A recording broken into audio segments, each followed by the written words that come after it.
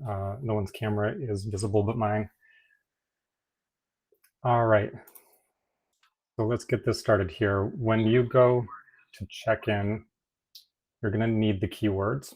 Or sorry, when you go to check out, you'll need the keywords. And how this works is one word will be highlighted in green, and that's going to be the keyword that you use in your checkout form to get your continuing education credit. And so when you see the form like here, you'll just select word 2. And so now here's our first keyword.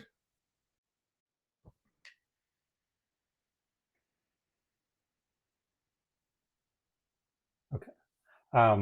So in here's this example, the keyword is applied. So that is the first keyword that you'll need in your form when you go to checkout, only if you would like continuing education credits. So my name is Ryan Baker Barrett, and I'm doing this free continuing education class to help BCBAs understand a 7-dimensional approach to ADHD intervention. So just a little bit about me and why I'm doing this. So I personally have ADHD, and both of my children have ADHD. And I noticed that working in school systems, families of kids with autism had a lot of access to various resources. But I was seeing that the kids with ADHD didn't have the resources. So I wanted to start a company where we could specifically provide ADHD support to kids who needed it. So I am a BCBA, and I've been doing this work for close to 20 years. My company, however, I started in August. So I haven't been doing this business side of things for too long. And with this particular training, there are a couple of assumptions that I'm going to be making. These are not facts. These are just my beliefs or my assumptions. I touched on this. ADHD supports and services from a board-certified behavior analyst are not as comprehensive or robust as autism supports and services. So you can agree or disagree with that. This is just my personal assumption. Assumption number 2 is that board-certified behavior analysts are not typically trained to work with people with ADHD. So when I reflect back on my master's program, I don't even know that ADHD was mentioned aside from some ADHD symptoms or behaviors that we might try to address. And number 3, there's a lack of quality, comprehensive continuing education available for BCBAs wanting to expand the scope of their competence to include ADHD. So again, this is something you can agree or disagree with. I found that when I was taking continuing education classes, I wasn't coming across anything that I felt was really comprehensive. And for this topic, the dimension that we're going to be covering is applied. This is going to be part 1, and I will be releasing part 2 a little bit later.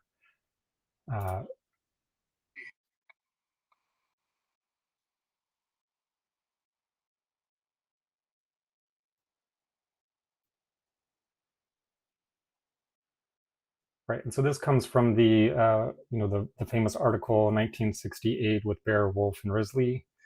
Right, a couple of things that we keep in mind when we're doing applied: we produce improvements in behavior, and they have to be important to the person. And that's going to be the focus of this particular training, is really highlighting what is important to the person, and then enhances and improves their life.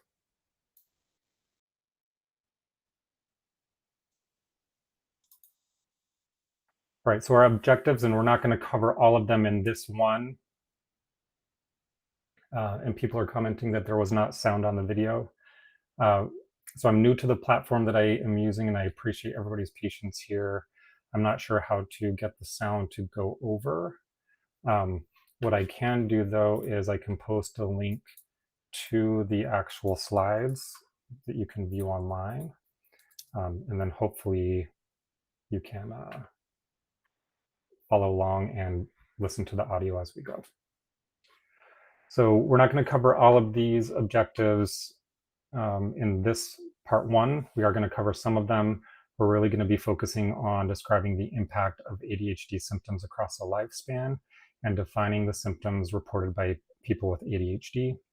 And then the part 2 will cover a little bit more comparing the interventions in our field to those developed by the ADHD community, and then finally identifying meaningful treatment outcomes. And here's just the training that we're going to be covering today. So 6 different parts. The first part, we're going to be talking about walking in the shoes of someone with ADHD. And a lot of times we think of ADHD as a spectrum, autism spectrum, ADHD spectrum, right? And we think of it in terms of hyperactive or inattentive symptoms. What I want to encourage is that we think of ADHD more like a prism, not prison, so PRISM, where we have the symptoms hyperactive, inattentive, impulsive, right? And at any given moment or any given context, one of these can be turned up or down, right? And again, for every individual, some may be slightly more inattentive, others more impulsive. But even within context, an individual, let's say, who's highly inattentive can be less inattentive in some situations, more impulsive in others. So it's not like you have just one or all of them, or always have one or always have all of them. These are highly contextual. And then just a little warning, when we talk about ADHD, I want to just bring some attention to this, that we're talking about symptoms that everyone may have at some points in time. And so we want to avoid situations or sayings like, well, everyone gets a little distracted, or everyone is a little bit ADHD sometimes, or that's my ADD, right? Because this can minimize the experience of people with ADHD. So we want to be careful about these phrases. Now, walking in the shoes of someone with ADHD, it's important to remember that shoes come in all shapes and sizes, and people with ADHD also have various symptoms, and no person with ADHD is exactly like the other person.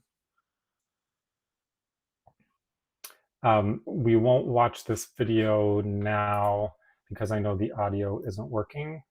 What I will do is just pop the video into the chat. I'm just going to take a moment to talk a little bit about this couple who does a lot of ADHD content on social media. So you can find them on Instagram at ADHD_love_. I highly encourage you to follow their content because they do a really good job of kind of talking about the symptoms of ADHD and how they impact someone's life. And interestingly, in true ADHD fashion, when I went to prepare for today's training, all the previous YouTube videos that I was going to include in this training completely disappeared almost overnight.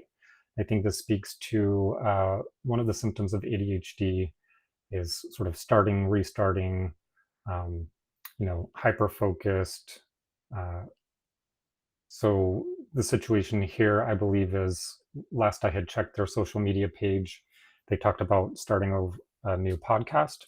And so the direction that they were taking their social media channel, they completely transformed within a couple of days, week, deleted a whole bunch of videos and reposted a whole bunch of new videos. So taking their content just a little bit in a different direction.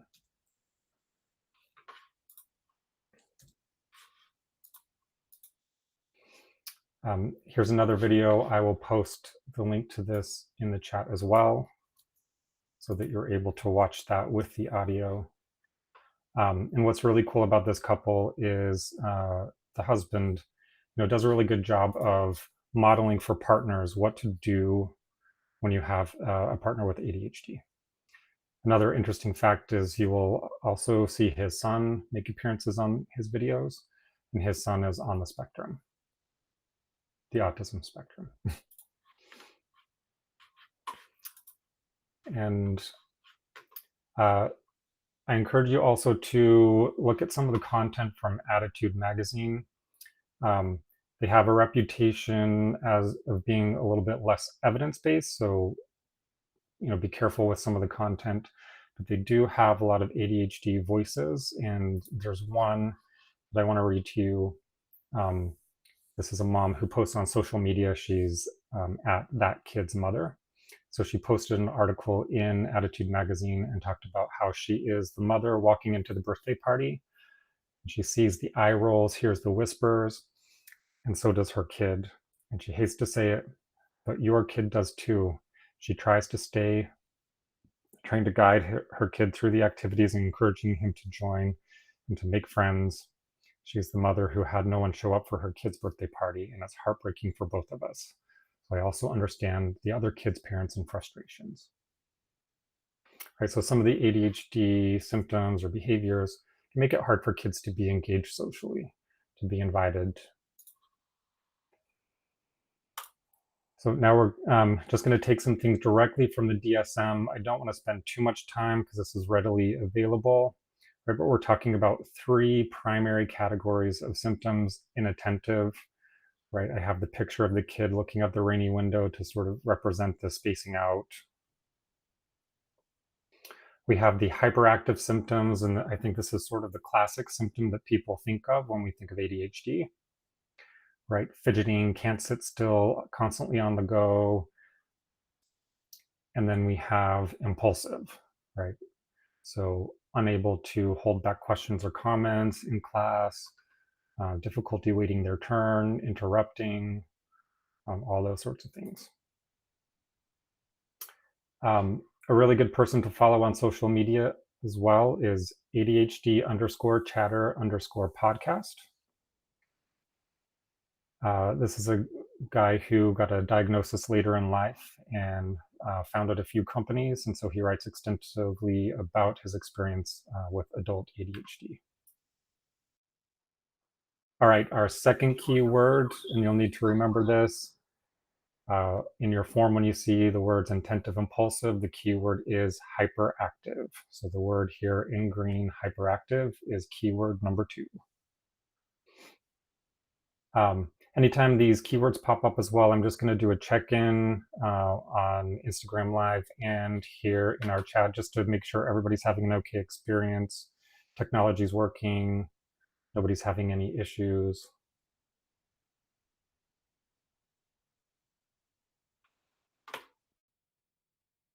All right.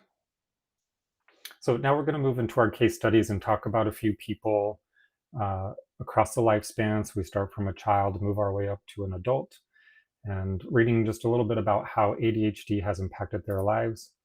Just a little fun fact here, these were all case studies generated by ChatGPT, images by AI as well. All right, so Jaden is an energetic 8-year-old. He loves to build with Legos, draw his superheroes. His parents have noticed that he struggles to follow multi-step instructions. At home, he frequently zones out. And his teachers report, and here's a little typo, Jaden's constant movement, I need to look around my camera here, they're affecting lessons and his progress.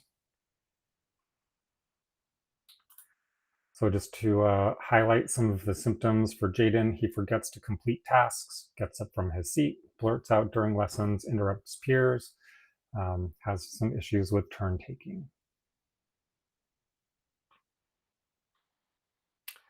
And now we have Maya. She's creative, tech savvy. She's a 13-year-old who enjoys making digital art and playing video games. Her parent describes her as brilliant but scattered, and teachers have reported that Maya's homework completion is inconsistent, and she often forgets to bring materials to class. Her parents are increasingly frustrated with her missed deadlines and disorganization. So here, just again, the summary: daydreaming, messy workspace, emotional outbursts, big reactions, and withdrawals from friends.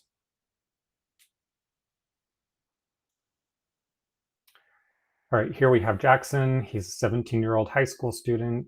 He dreams of becoming a video game developer. He's known for his humor and creativity, but struggles with managing deadlines, especially for large projects. His grades have dropped, and he's at risk of not graduating on time. So to summarize, avoids boring tasks, huge procrastinator, inconsistent sleep, low tolerance, and there is some skin picking while he is hyper-focused. So I want to use this case study to point out that skin picking is actually quite common for people with ADHD. I think as behavior analysts, when we think of skin picking, we kind of think of really intense skin picking. What we're talking about often with ADHD, might be a little bit more subtle. Interestingly, this is actually a symptom that tipped me off to my own ADHD, some hair pulling. Years ago, I had bald spots right here from hair picking. It's growing in a little bit back, but you can see there's still a bald spot here. So this is not uncommon with ADHD. All right, Olivia, 25-year-old graphic designer who has just started her first real job. She's a perfectionist, takes pride in her work, but finds it difficult to stay on top of deadlines. Her manager noted she's brilliant but scattered and has advised her to work on her time management. So here we point out the time blindness. We'll talk a little bit more about that. She can't find her client documents easily, and she's paralyzed with multiple deadlines.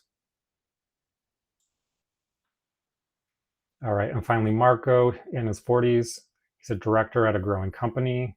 He's got creative ideas and big picture thinking, but he's got an inability to manage the smaller details. This is becoming a bigger problem.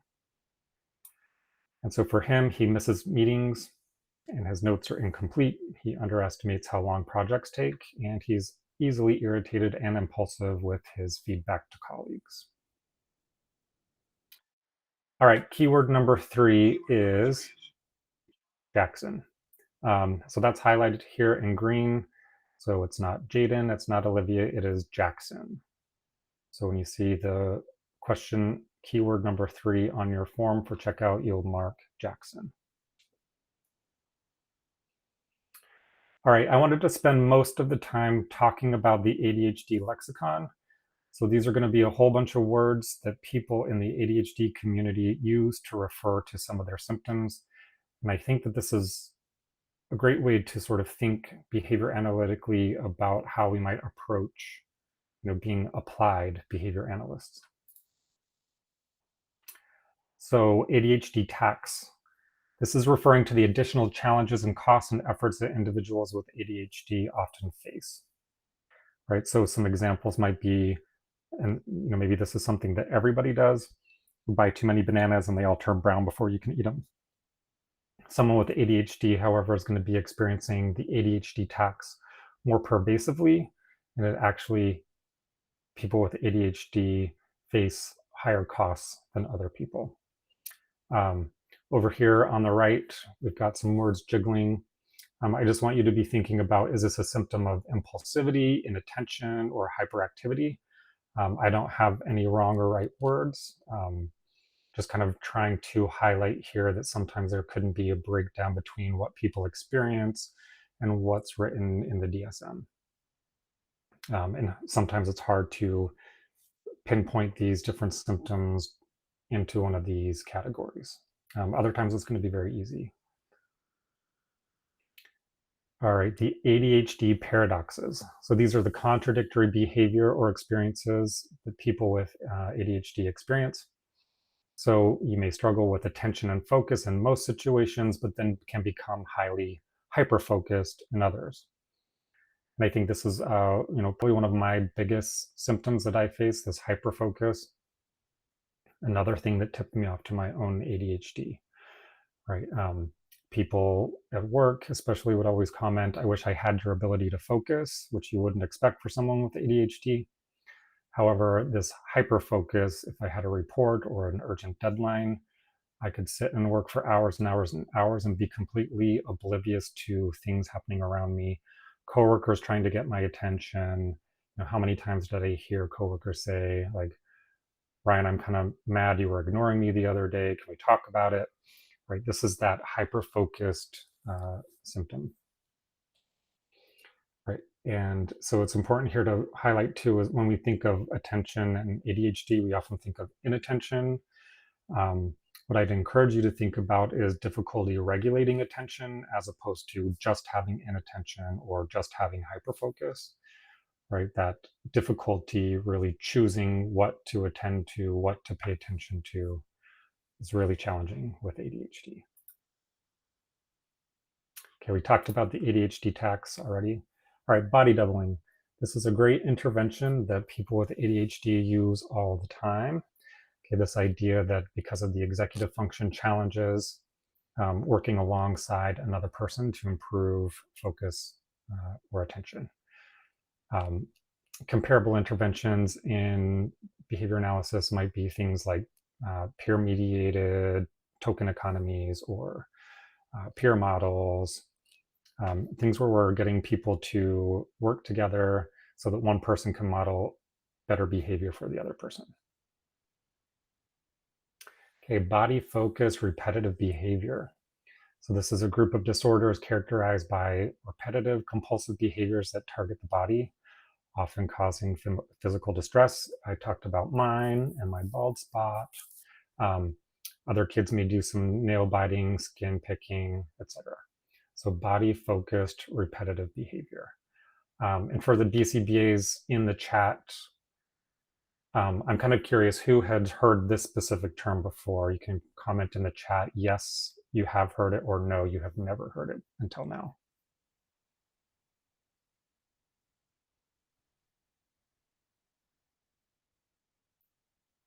Okay, we got a yes, we got a no. And some people say online, but not in person. All right, so sort of mixed results here. I think it's terminology that we're not always familiar with as BCBAs or comfortable with. But this just refers to specifically the trichotillomania, dermatillomania, etc. All right, bullet journaling. This is one that I use myself. This was actually invented by someone with ADHD. The idea here is it's an executive function strategy where you do quick journaling about your day. You know, a little bit in the morning to set your day up for success, a little bit in the afternoon. And you sort of have a process that you do daily, weekly, and monthly to keep yourself on track. And I'll be talking more about that. All right, lawn-dry. So this idea that when you do the laundry, oftentimes you do the lawn multiple times before you ever get to the dry. So forgetting that you have left clothes in the washer and having to wash them multiple times again. And to me, I think this was possibly the inattention, right? Forgetfulness, forgetting that you had already done the laundry. All right, this is possibly one of my favorite words, dopamining. So people with ADHD constantly seeking stimulation and dopamine. And so essentially mining for dopamine. Floordrobe, right? A humorous term used to describe a pile of clothes typically on the floor that haven't been put away or organized. And I know many people experience this from time to time, but we're talking about like a very pervasive floordrobe that never really goes away. All right, hyperfocus, we talked a bit about already. After this training, I will give you a handout that will have some more links to research in this area. This is something that's being researched by psychologists, not necessarily behavior analysts, right?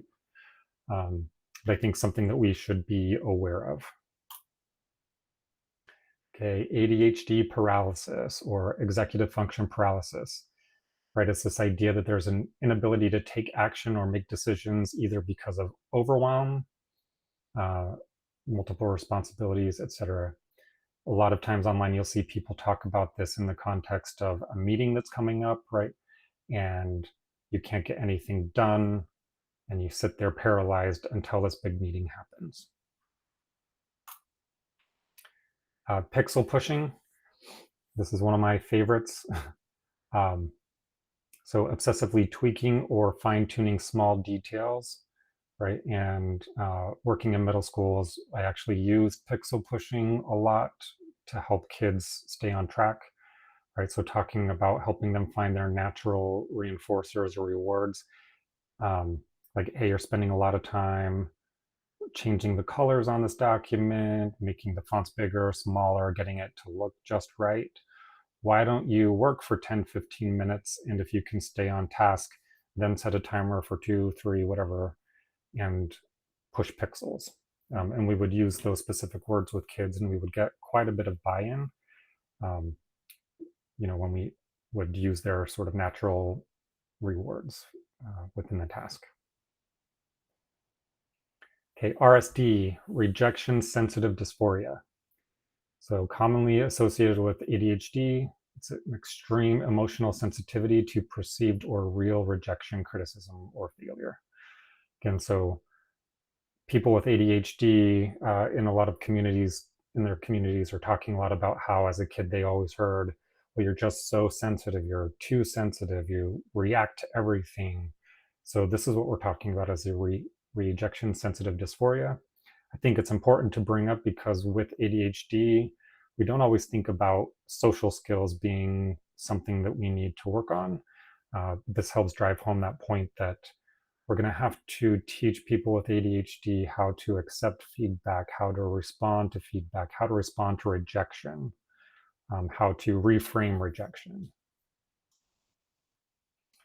And again, when I say people with ADHD, I'm making sort of a blanket statement. When we reflect back on the slide earlier about shoes, every person with ADHD is like a different pair of shoes. Not everybody has the same symptoms. So it's important that not everybody's going to experience the rejection sensitive dysphoria.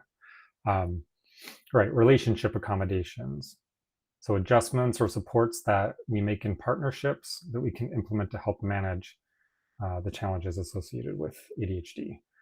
Another way of looking at this is sort of like an IEP accommodation within a relationship, right? So this idea that instead of trying to maybe fix a behavior or to fix a situation, we're going to use an accommodation. One of the accommodations that the couple I showed earlier, ADHD love, one that they use is the husband jokes with the wife frequently that instead of telling my wife we have to leave in 5 minutes, I tell her we have to leave in 300 seconds. Right? It's the exact same time, but something about hearing 300 seconds makes it feel urgent and gets action as opposed to 5 minutes, which feels a little bit further away. Side questing, another one of my favorites. So the tendency for people with ADHD to get distracted by unrelated tasks or ideas while attempting to focus on a primary goal. Right. I think of my youngest child. If I say, hey, go get your socks from the drawer, on the way to the drawer, he passes the bathroom, he sees maybe a water bottle, then all of a sudden he's spraying water in the sink and on the mirror, and then in the mirror he sees a towel behind him, so then he grabs a towel, right? So this idea that sticking to one task can be quite challenging. Okay, sluggish cognitive tempo, I kid you not, is a real term. It is not made up. It's actually a real clinical term. Some big names in ADHD research are trying to push the difference between the sluggish cognitive tempo as one disorder and then ADHD as a separate disorder. So sluggish cognitive tempo, an experience of slow processing speed, mental fatigue, and sort of a sluggish thinking. We're often feeling foggy. Time blindness, I think this is one that's probably heard of most in ADHD. Just the idea that people with ADHD cannot sense the passage of time. Waiting mode, so similar to paralysis, feeling stuck or disengaged while you're waiting. So I've got a meeting later, I can't accomplish anything until this meeting happens. I've got this big thing happening. I think this comes from a place of sometimes not wanting to get distracted and forgetting the big important event. And so you sit and wait for that event. I think it also has to do with that paralysis, being overwhelmed by some of the decisions that need to be made. All right. So here we've got all our people with ADHD. Again, each of them are going to be experiencing different aspects of these symptoms at different times in their life.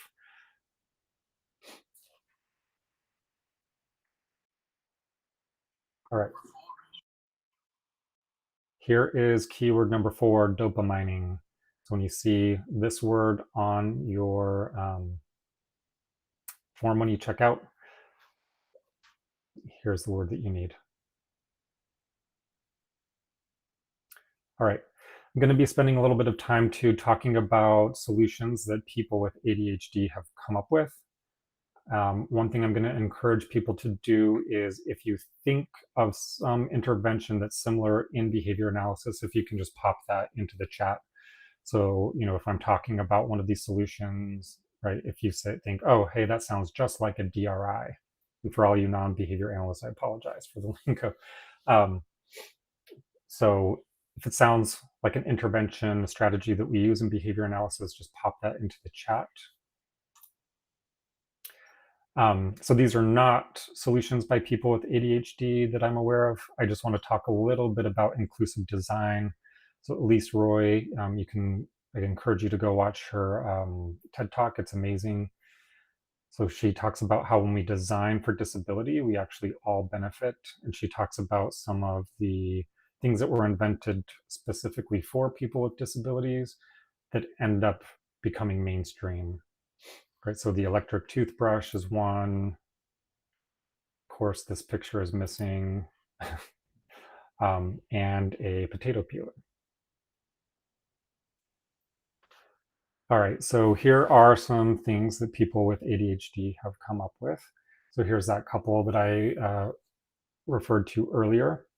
So they came up with an app called Dubby that does some body doubling. And interestingly, something you may not expect, right, is they're highly focused on like household chores and whatnot.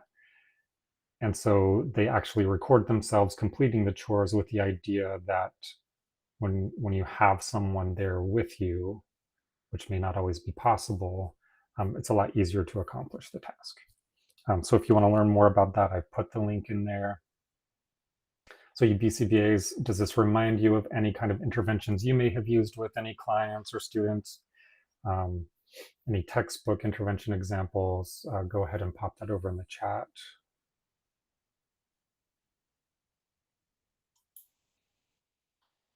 Right, I had mentioned this one, executive function, or bullet journaling for executive function. So here is the inventor of that, Carol Ryder. You can head over to bulletjournal.com to learn more about it. But this is something that I personally use. It's been a great system for me to help keep me on track.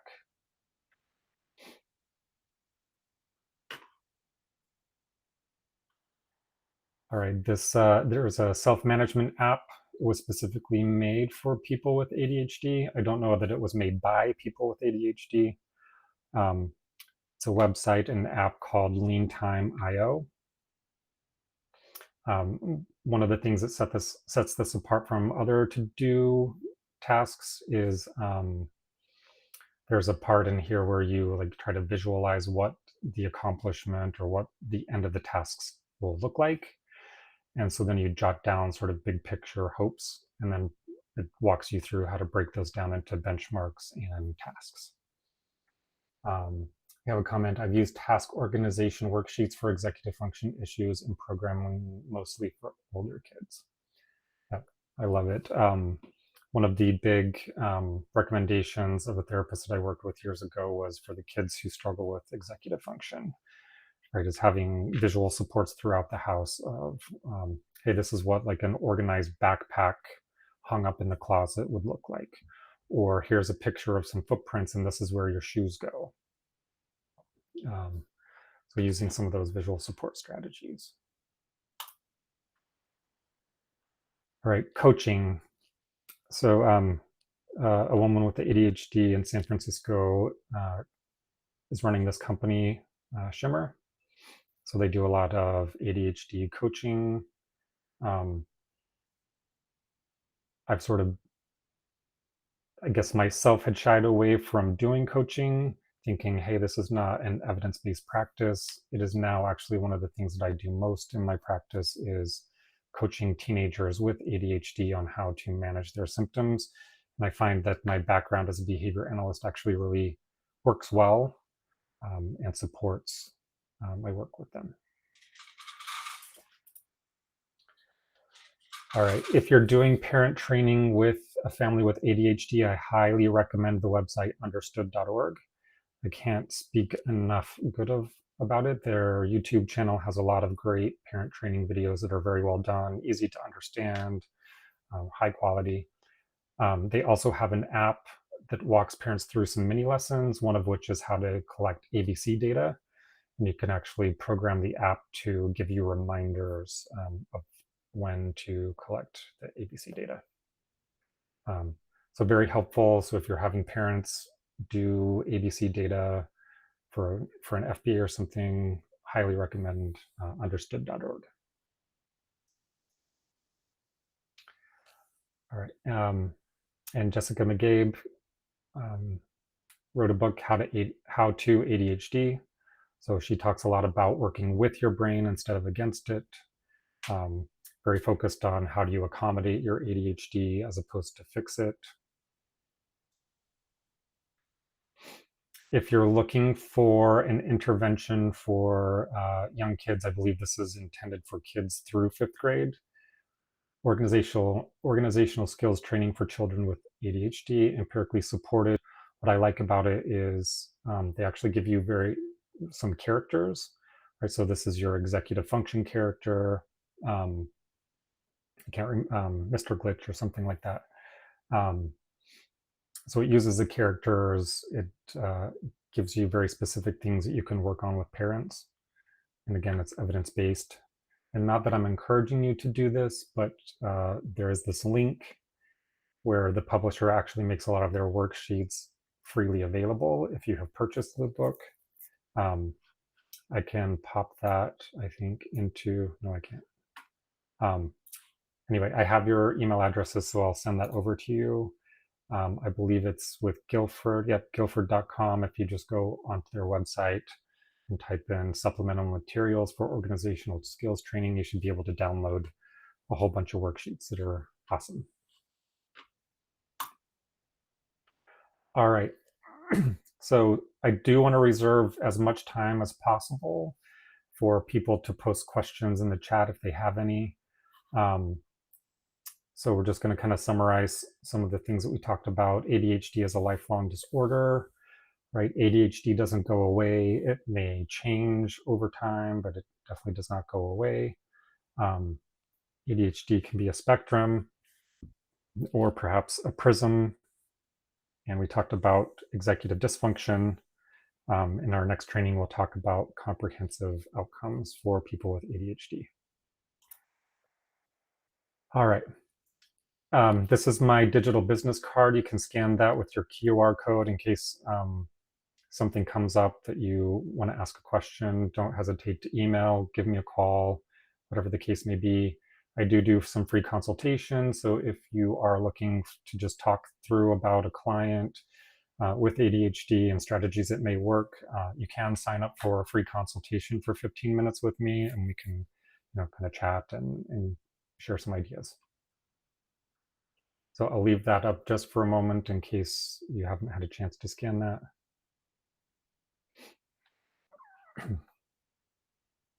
If you haven't subscribed on my website, go ahead and you can scan this QR code, and what I'll do is I'll email anytime I come up with a new training. So I hope to release part 2 of this training soon, where we'll go more into, because of the things that we learned about applied, what interventions and things can we do. I am going to be releasing a training on every one of the dimensions. So be sure to go subscribe. Some of the work that I'm doing right now, I am doing ADHD coaching with teenagers. I don't have any preteen or adult clients at this time. So working with teenagers, it's been incredibly fulfilling. I've enjoyed working with those clients. And I do some one-on-one behavior parent training. So just kind of your classic BCBA consultation with parents on behavior management. And coming soon, doing some online parent training.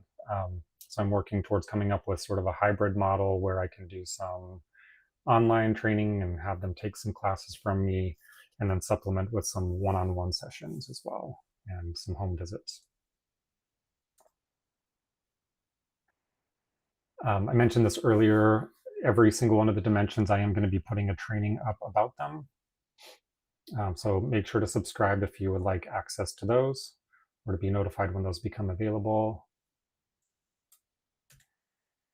Some other things that I'm doing is working with some people on coming up with an alternative to the motivator.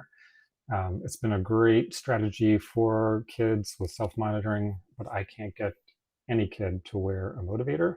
They're big, they're ugly, not fun. So we're prototyping a device, maybe years in the making, who knows. I'm also working on a skill-based assessment for ADHD. So on the left, I've got a little bit of an outline for that. Right? What are the key areas that we would want to assess? What are the behaviors we want to assess? And how would that we link that up to skills that we would want to teach? All right, we've got time where you can check out now, and I will stay on to chat with people who have any questions. So go ahead and check out, and when you're done checking out, let me actually pop that into the chat. When you're done checking out, feel free to come back and post your questions.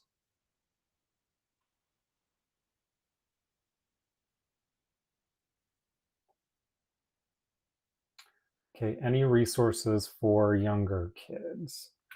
Yes. Okay, I'm gonna, well, I know my camera's not on for you guys. I'll turn this on in a minute, but I'm gonna put the book up here. Step-by-Step Help for Children with ADHD is a great resource. I think it's like $15 on Amazon. I'll pop the title of this book into the chat here.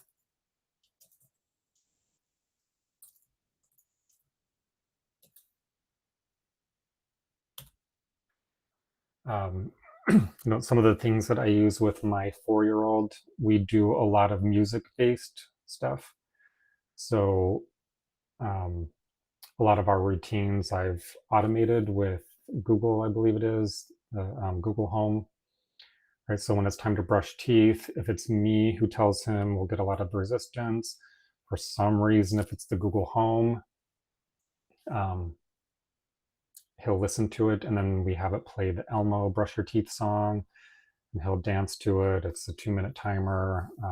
He actually has a dentist appointment later today, so we'll see how that's going. But it's helped with some of that resistance. And then the music, I think, helps keep him on track, right? It's very engaging. He can dance along, he can move along while he brushes his teeth. So I think for younger kids, using a lot of those types of strategies is helpful. Obviously, some of the picture-based schedules, since he can't read yet, when we do schedules with him, like to use magnets so he's actually moving something as opposed to just seeing something that's static. So he can kind of move his progress. So I'm going to turn my camera on and stop sharing so I can show you what that book looks like.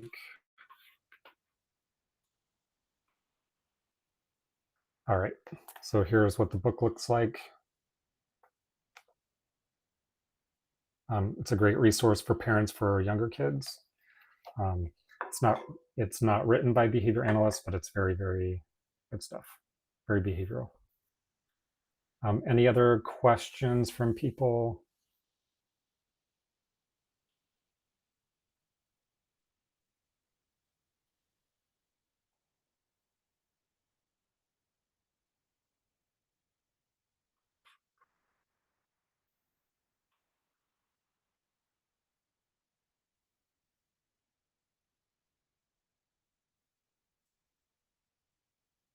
All right. The recording, it should become available. So I know this doesn't necessarily apply to anybody here, but I think for people who are watching on Instagram, if you would like access to the recording, it is being recorded. You can watch it later if you joined late. Let's see, have you used Flexible and Focused at all? I've used it in some other people's. Yeah, I don't know if you're talking about the book that I don't have a copy of now, or this one. Yep. Yep. I love this book. It's another one of my go-tos. Yeah, another one that I would highly recommend. See, and just a tip too, if you go and subscribe to Guilford, I don't think this is done by them, but they have a lot of great books as well. And every month they do like 10 books or something that they give away for, I want to say it's like $10. So I've gotten a lot of books that way. Just sort of check on there every month which books they're offering for cheap. Great place to get books and resources. Another nice thing about Guilford that I mentioned was they put a lot of their worksheets and things online.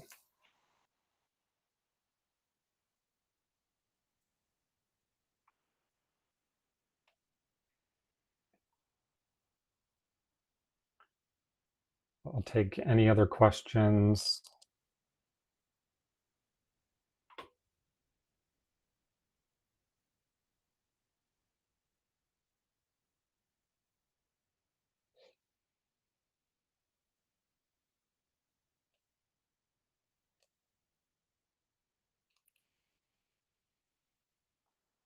All right.